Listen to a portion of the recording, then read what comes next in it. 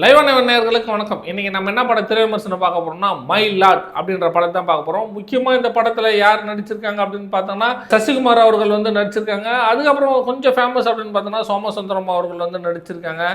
அதுக்கப்புறம் நிறைய நடிகர் பட்டாளங்களும் வந்து இந்த படத்தில் நடிச்சிருக்காங்க அப்படின்னு வந்து சொல்லலாம். இந்த படத்தினுடைய இயக்குனர் வந்து பார்த்தோம்னா ராஜ்முருகன் அவர்கள் தான் எல்லாருமே வந்து தெரியும். அதே போல இந்த படத்தினுடைய தயாரிப்பாளர் யார் அப்படின்னா அம்பேத்குமார் அப்படின்னு வந்து சொல்லலாம். அதாவது திமுக எம்எல்ஏ அம்பேத்குமார் அப்படின்னு வந்து சொல்லலாம். இந்த படம் என்ன கதை, இது என்ன மாதிரியான ஜேர்னர் அப்படின்னா இந்த திரை விமர்சனத்தில் நம்ம பார்க்க போகிறோம். ஒரு ஊரை வந்து இயக்குனர் அதாவது ராஜமுருகன் அவர்கள் வந்து காட்டுவார். எல்லா இடத்துலையும் வந்து சைடு வந்து அதாவது இந்த இடத்துல டாக்கா போட்டிருப்பாங்க அப்படின்னா வந்து எல்லாருமே தெரியுமே கிட்னி வந்து எல்லாருமே வந்து கஷ்டத்தில் விற்றுருவாங்க. ஒரு சிலவங்க வந்து பார்த்தாங்க அப்படின்னா அவங்களுடைய வறுமையை வந்து பயன்படுத்தி அந்த கிட்னியை எப்படியாவது வந்து திருடிடுவாங்க. இது எங்கேயோ கேட்ட மாதிரி இருக்கா? கொஞ்ச நாளைக்கு முன்னாடி ஒரு திமுக எம்எல்ஏ இப்படி தான் கிட்னி திருடினாரு அப்படின்னு சொல்லிட்டு பல தரப்பு பேர் வந்து பேசிகிட்டு இருந்தாங்க. ஆனால் அவர் தான் திருடினாரா அப்படின்னு ஒரு கேள்வி வருது. ஏன்னா இன்னும் நிரூபிக்கப்படலைல்ல. ஆனால் அவர் தான். ஆனால் அந்த கதையை இந்த திமுக எம்எல்ஏ ஒரு கதையாக கேட்டு அவர் வந்து தயாரிச்சிருக்காரு பாருங்க. இதுதாங்க வந்து மிகப்பெரிய ஹைலைட் அப்படின்னு வந்து சொல்லலாம். ஆனால் இந்த படம் என்ன சொல்ல வருது அப்படின்னு வந்து பார்த்தோம் அப்படின்னா ஒன்றுமே சொல்ல வரல அப்படின்னு வந்து சொல்லலாம். ஏங்க ஒரு கிட்னி திருடுறாங்க அப்படின்னா கிட்னி எப்படி வந்து அவன் திருடுறான், இந்த கிட்னி திருட்டுனால எப்படி வந்து இந்த கிட்னியை தடுக்கிறது அப்படின்ற விஷயங்களும் எந்த விஷயமும் வந்து சொல்ல. அதே போல் சசிகுமாரோட கிட்னியை வேற ஒரு பெரிய ஆட்களுக்கு வந்து பார்த்தோங்கன்னா செட் ஆகுது. அந்த கிட்னி வந்துச்சுன்னா இவங்க வந்து உயிர் படிச்சிருவாங்க. ஏன்னா 2 கிட்னியுமே வந்து ஃபால்ட்டு. அவங்க வந்து பார்த்தோன்னா ஒரு மத்திய அமைச்சராக இருக்கிறாங்க அப்படின்னு சொல்லிட்டு இந்த படத்தில் வந்து கதையை வந்து காமிச்சிருக்காரு இயக்குனர். கடைசியில் அதாவது சசிகுமார் அவர்கள் அந்த கிட்னியை கொடுத்தாரா இல்லையா அப்படின்றது தான் முழுக்க இந்த கதை. சரி, கடைசியில் வந்து இந்த கிட்னியை வந்து அவர் கொடுத்துறாருன்னு வச்சுங்க.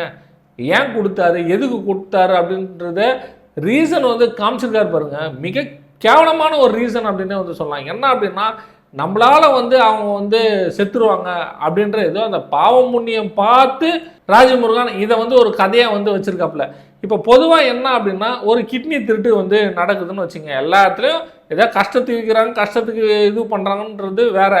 இந்த கிட்னி அவர் என்ன இது பண்ணியிருக்கணும், ஒரு கிட்னி இருந்தால் எந்த அளவுக்கு வந்து நம்ம வாழ முடியும், 2 கிட்னி இருந்தால் எந்த அளவுக்கு வந்து வாழ முடியுன்ற விஷயங்களை ஏதாவது ஒரு டீட்டெயில் வந்து காமிச்சிருக்கணும். ஏன்னா 2 கிட்னி இருந்தால் நீங்கள் 70-80 வயசு வரைக்கும் வாழலாங்க.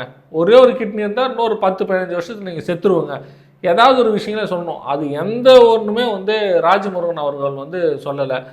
அதுக்கப்புறம் வந்து பார்த்தங்க அப்படின்னா கிளைமேக்ஸில் இவர் வந்து கொடுத்துட்றாரு. வெறும் மனிதாபிமானத்துக்கு மட்டும் வந்து அந்த கிட்னியை கொடுக்கலாமா அப்படின்ற ஒரு கேள்விக்குறி இருக்குது. ஏன்னா பெத்த பையன் பெத்த பொண்ணே வந்து பார்த்தோன்னா கிட்னி கொடுக்காத இவர் எதுக்கு கிட்னியை கொடுக்கணும் அப்படின்னு தான் வந்து தோணுது. இது எந்த விதத்தில் இது கரெக்டாக இருக்கும் அப்படின்னு வந்து தெரியல. ஏன்னா அம்பேத்குமார் அவர்கள் இந்த கிட்னி விவகார விஷயத்தில் ரொம்ப நாசுக்காக வந்து இந்த கதையை நகர்த்திருக்காரு அப்படின்னு வந்து சொல்லலாம். ஏன்னா கதையை பார்த்துட்டு இவர் ஏதாவது கரெக்ஷன் பண்ணாரா இல்லை டைரக்டரே இப்படி வச்சாரா அப்படின்னு சொல்லிட்டு பேசினா தான் நம்மளுக்கு தெரியும். ஏன் அப்படின்னா இந்த கிட்னி விவகாரம் மிகப்பெரிய வந்து விவகாரமாக ஆகிட்டுருக்கு. அதனால தான் நான் வந்து சொல்கிறேன். மொத்தத்தில் இந்த மைலாட் எப்படி இருக்குது அப்படின்னா அந்த மயிலாட்டுக்கு அங்கே வேலையே இல்லை. ஏன்னா மயிலாடு சொல்லியும் வந்து அங்கே ஒரு பிரயோஜனமும் இல்லை.